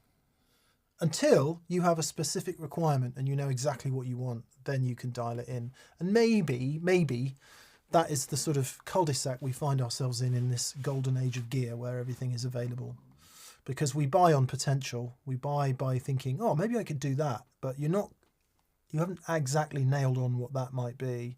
So you have all this potential that you spend your life thinking about, rather than just going, what I need to do is limit my choices and do something creative with those limited choices, which is, it's a romanticism, but it's also true. So yeah, one thing you won't do is 2 hours in, endless changing. You'll be nowhere by the end of it, because you need to make a quick decision. I would say that. If you talk to lots of mix engineers, they'll be like, quick. And then if you've been doing it for ages, you just need to stop and go away, reset and come back. And I think that's true with tweaking guitar sounds, because you get blind, don't you? You get ear blind. So, yeah. It happens, can happen quite quickly, because one of the things with understanding that there are so many things that go into creating that tone, you know, fundamentally the way that you play the note is going to have the biggest impact. But then understanding that EQ and gain and the way that you're limiting the EQ in the clean stage is drastically different than the EQ when the amp is, you know, working really hard. But it's time spent. It's, you know, sat down with that stuff and really listening. One thing that I found really helpful when I was starting out is I would record myself just with a, you know, stick your phone on or stick something on that's, you know, records quite decently, because it can be also very hard. A real skill to develop is being able to listen while you play. That's hard, because you get really caught up in the playing part, and it's like you think it sounded really good. I can do one or the other. Yeah. I can play or I can listen. I can't do both. Yeah, it's really hard. It's really, that's why recording stuff. So on the A/B tests I did this weekend, I set up one loop and I loaded it into TC Electronic Ditto Looper, and I played the loop, and that was all I listened to all day, was that loop. It was a loop that covered the, you know, bit of low strings, bit of high strings, bit of staccato, bit of sustain. And I was listening for a specific thing, but then I didn't have to worry about the playing part. I was simply listening to the resultant sound. Yeah. So my playing brain was out of the game by that point. Mm-hmm. And then I listened to it a bit on Saturday, and I came back in and I listened to it all again this morning with different results. Yeah. Yeah. But that's a journey, that stuff, mate. Don't I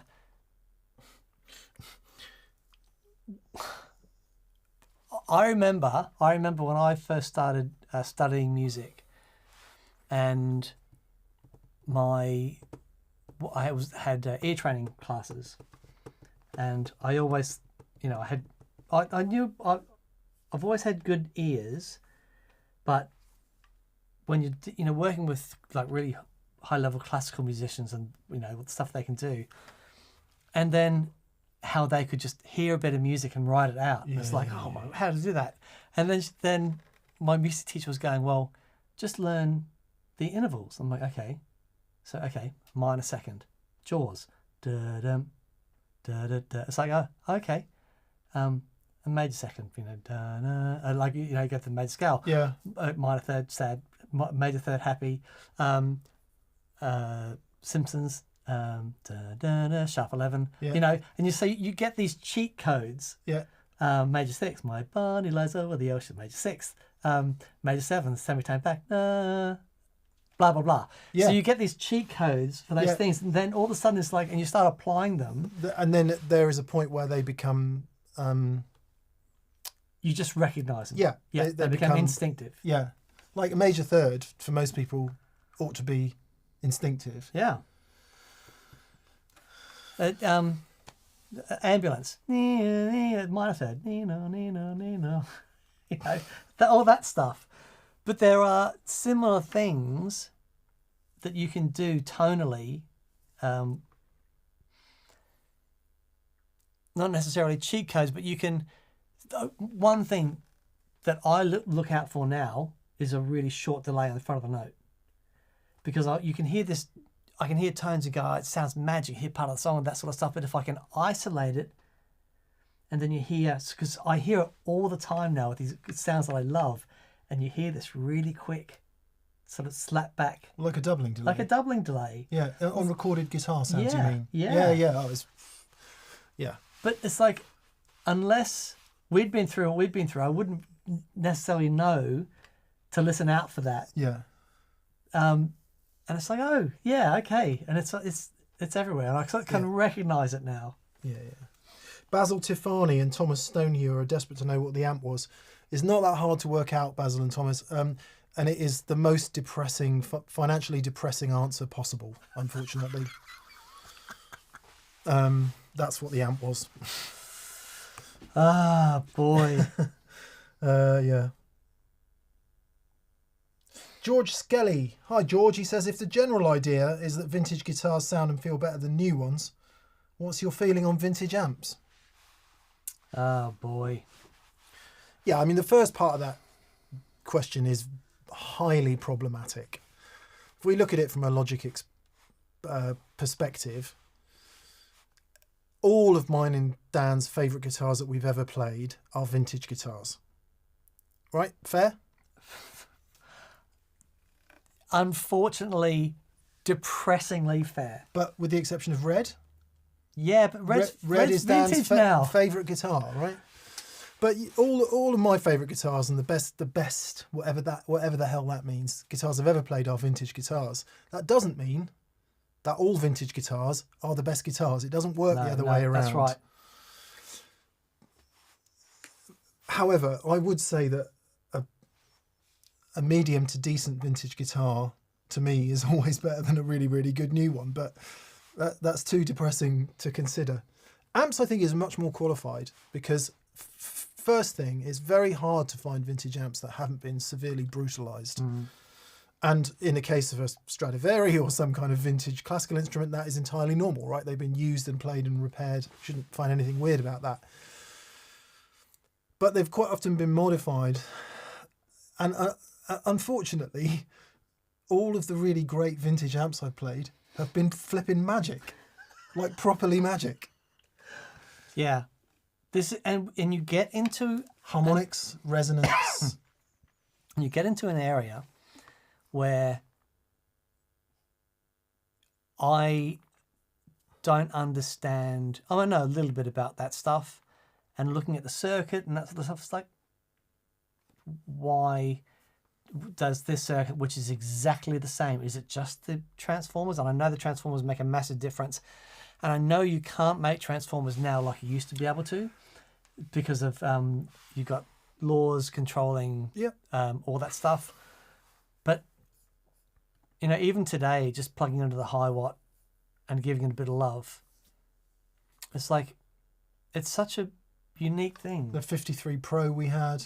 Oh, I've played vintage deluxe reverbs and supers. Danish Pete's face when he plugged into that thing. He's like, "That's it, done. Just this. All I need is this." But okay, so back to the question. The thing with a vintage guitar is my Strat 345. 345 actually slightly more qualified because a couple of things need to happen to it. But the Strat, I can play that in any modern environment. Yeah. It's absolutely at the top of its game for any application you might want to say. The amps are more qualified because I wouldn't use a vintage amp necessarily as my main amp when I go out doing stuff, because it needs to be a certain volume level, blah, blah, blah, blah. Modern amps are much more usable in that respect, certainly where master volumes are concerned.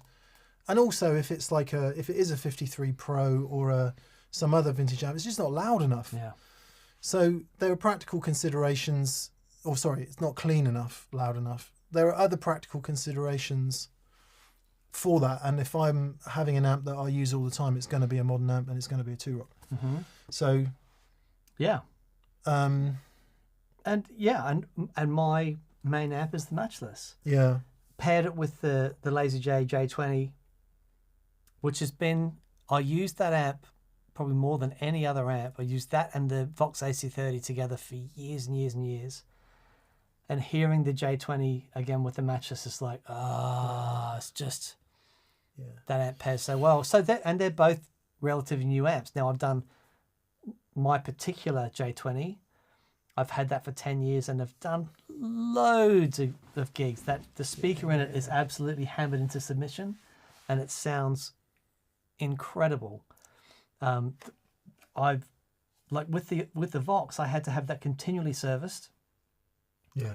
You know, I went through so many valves with it, and then it was like understanding that vintage amplifiers, the valves that were available back then are a different spec than valves you can get today. Needs to be modified for modern valves. And since it did that, the Vox has been great. But you know, never had a whisper of trouble with the J20, and I abuse that amp. And the Matchless is, you know, just glorious. So there are, I don't have, you know, whenever I plug the Vox in, it sounds great, but going out gigging now, I wouldn't use anything else. And then let's just introduce some context, because what are we talking about here? We're talking about the last 0.5%. Yeah. If we could be that blatant about it. For what Dan and I did on Sunday, or what you do when you go out and play with a band, you know, difference between, forgive me, standard digital modelling amp and decent tube amp is like, for me, it's infinite. It's like 0% to 98%. And by decent tube amp, I mean Hot Rod Deluxe, Twin, Deluxe Reverb, DSL 50. What we're talking about, then the next however many percent is the difference between that and your Matchlesses and your 2-rocks and your fancy ass boutique amps that we love. That's also a significant step, but it's much smaller. And then the difference between that and a really lovely vintage amp is tiny, right? In any sort of measurable, objective terms, except that those people who love that thing, they are only interested in that final 0.1%. Yeah. And for them, that's all or nothing. Mm-hmm. And that is rarefied air. Yeah. And I'm glad I'm not there. Because once you hear it, there's a great... I don't know where you go once you've heard it, and once you can't... Like I said to Dan, the fabled amp that we've been lucky enough to spend some time with, when I played my first bunch of vintage Strats, I was like, damn, there is no coming back from this. No. I've just got to find the route to making this happen. I can't undo this. Yep. With that, it was like, A, I could never attain it anyway, but B, actually I feel much more qualified about it. It's an astonishing thing, but it would take me 20 years to learn how to play it. Yeah. So I'm happy with my lot. Yeah, sure. And that's the nature of gear, isn't it? Mm-hmm. That might be an unobtainium, or it might be something entirely affordable and attainable. You might absolutely love it, or you might not gel at all. Or it might make not enough of a difference for it to matter. And that's why we all do stuff like this. Yeah. Isn't it? Yeah. Yeah. I don't know. We are. My favourite carnival song, We Are.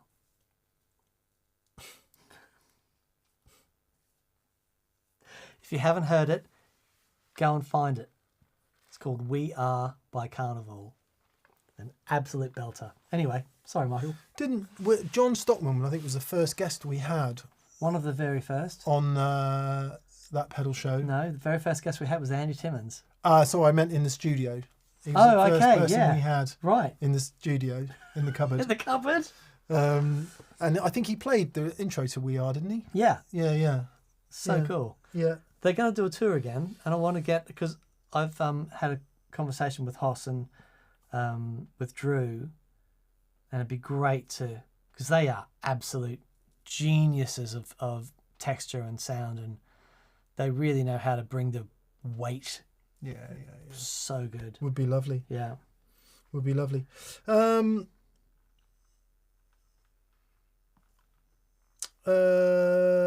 Cool. We're galloping towards the end, so let's pick out some good ones.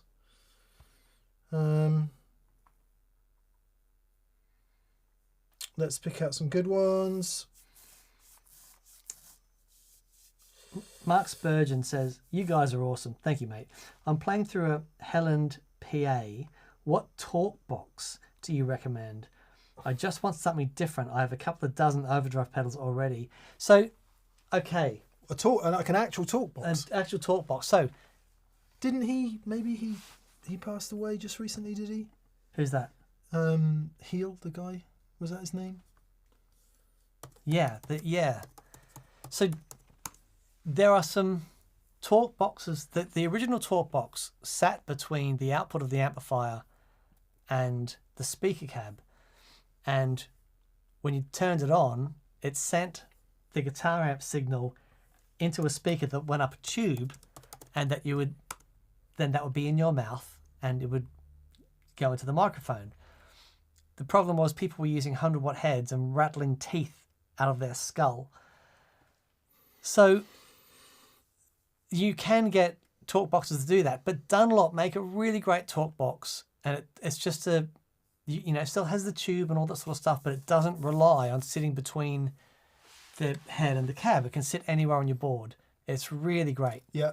And that for me is that. So when I did Dave Kilminster's board for the last Roger Waters tour before this one, and he had that talk box on there, and he sounded brilliant. They were doing some stuff off Animals, and works great.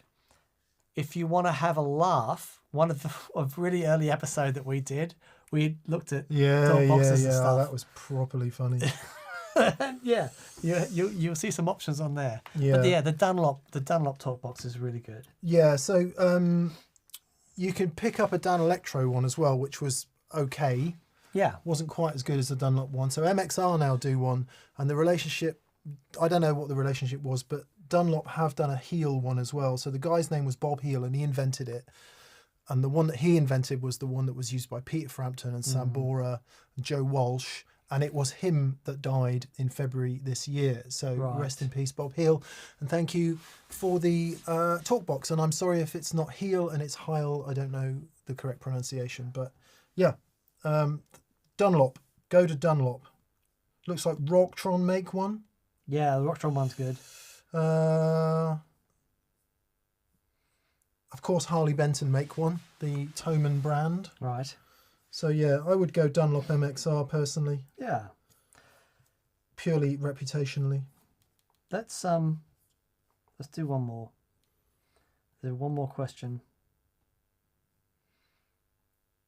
Good. One more question then. Let's find it.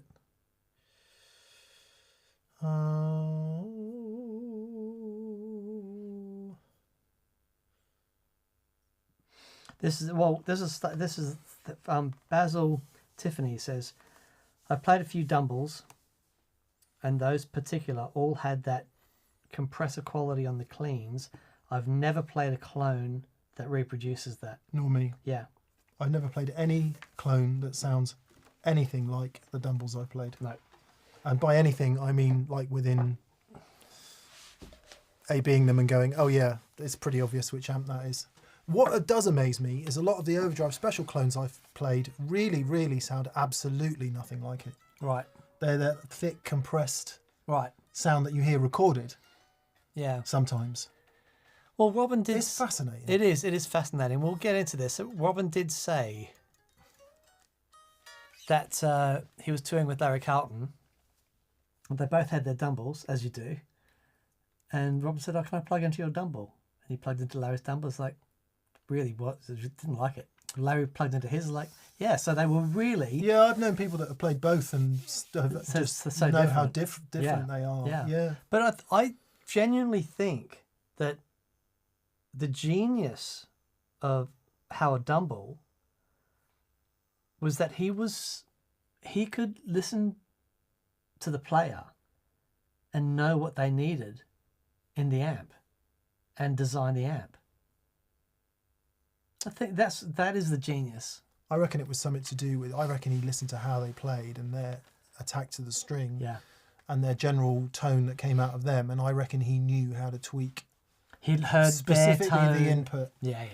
And probably the EQ to bring that out. Okay. Apparently Phil X uses the MXR Talkbox in Bon Jovi, says Derek Stevenson. There you go. No higher. Was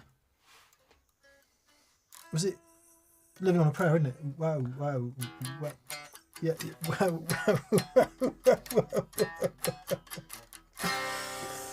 Could you review the Catlin Bread sinkhole, says Dwayne Jessup. Yes, we can. We've got one. I don't know what it is. Please, pedal companies, call your pedals what they are. Yeah. So that we know what they are. Like we've done with a Harmonious Monk. Not. Yes. Catlin Bread sinkhole. What is it? It should be, right, what should it be, Dan? What should the sinkhole be? Hole? Dual synced up tremolo. See, I think it should be a reverb. Oh, okay. Right. It is. It's an ethereal reverb. There we go. Take back everything I just said. Right. Thank you for being with us.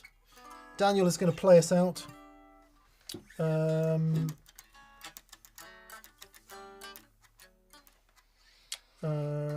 Yeah. Thank you. Friday's show, I think, is going to be an interesting experiment where we take two amplifiers. We take a 50-watt Marshall Plexi, which has an effects loop, and a 100-watt Mesa Lone Star, which has an effects loop. And we say we've got two preamps, two power amps, and two speaker cabs. What happens if you mix and match? That was really fun. It was fun. Really fun. Yeah. And it's blimmin' interesting. So, good night, everyone. We'll see you on Friday. I need the facilities. Oh, I see. Catherine's coming in. Right. Rosie. Play us out then. Oh, here's Rosie Dog. Come on, princess. Come on, say hi. Come on. Go and see your favourite, Rosie. Come on, you. Go and see your favourite. Who's your favourite? Is it me or is it Dan? I think it's Dan, isn't it? No, play I'm that. just...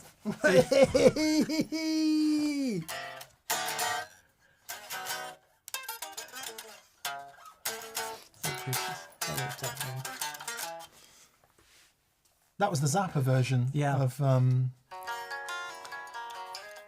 my angel. Listen to how loud that is.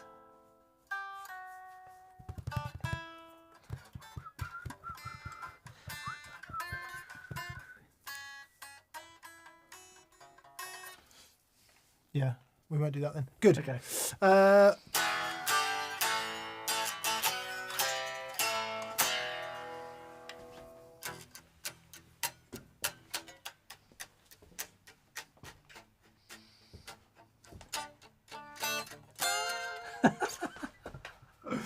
See you Friday, people. See you on Friday. Have a great week. Thanks for joining us.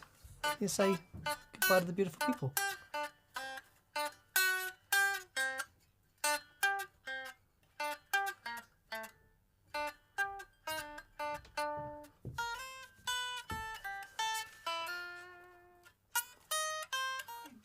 is very comfortable. On Uncle Dan's. Yeah. Where's Dan? Hello, Oh. darling. Yeah, I love you too. I love you too. Yeah. This is why you should have learned your intervals.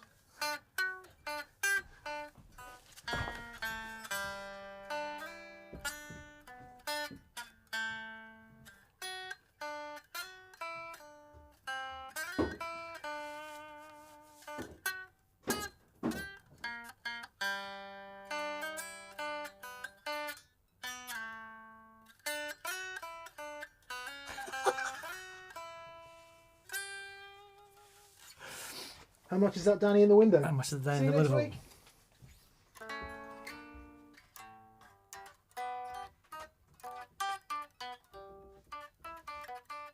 Ah, here's the arpeggio.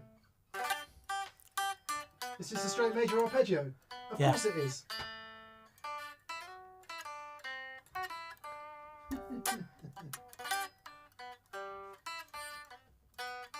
That's why you should do your ear training, kids. Goodbye.